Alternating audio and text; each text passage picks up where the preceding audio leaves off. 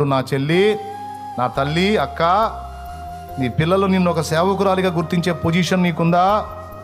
అలాంటి జీవితాన్ని కలిగి ఉన్నావా? విచ్చలవిడి జీవితంలో, అక్రమ జీవితంలో, లోకానుసారమైన జీవితంలో నీవు ఉన్నట్లయితే నీ పిల్లలు నీలో ఒక లోకస్తురాలిని, ఒక శరీర సంబంధిని, ఒక ప్రకృతి సంబంధిని, ఒక వంచకురాలినే చూస్తారు తప్ప ఒక దైవజనురాలిని చూడలేరమ్మా. నాయనా, నీలో నీ పిల్లలు ఒక దైవజనుడిని చూడగలరా? ఒక లోకానుసారిని చూస్తున్నారా? దావీదు తన తల్లిలో ఒక దైవజనురాల్ని చూశాడు.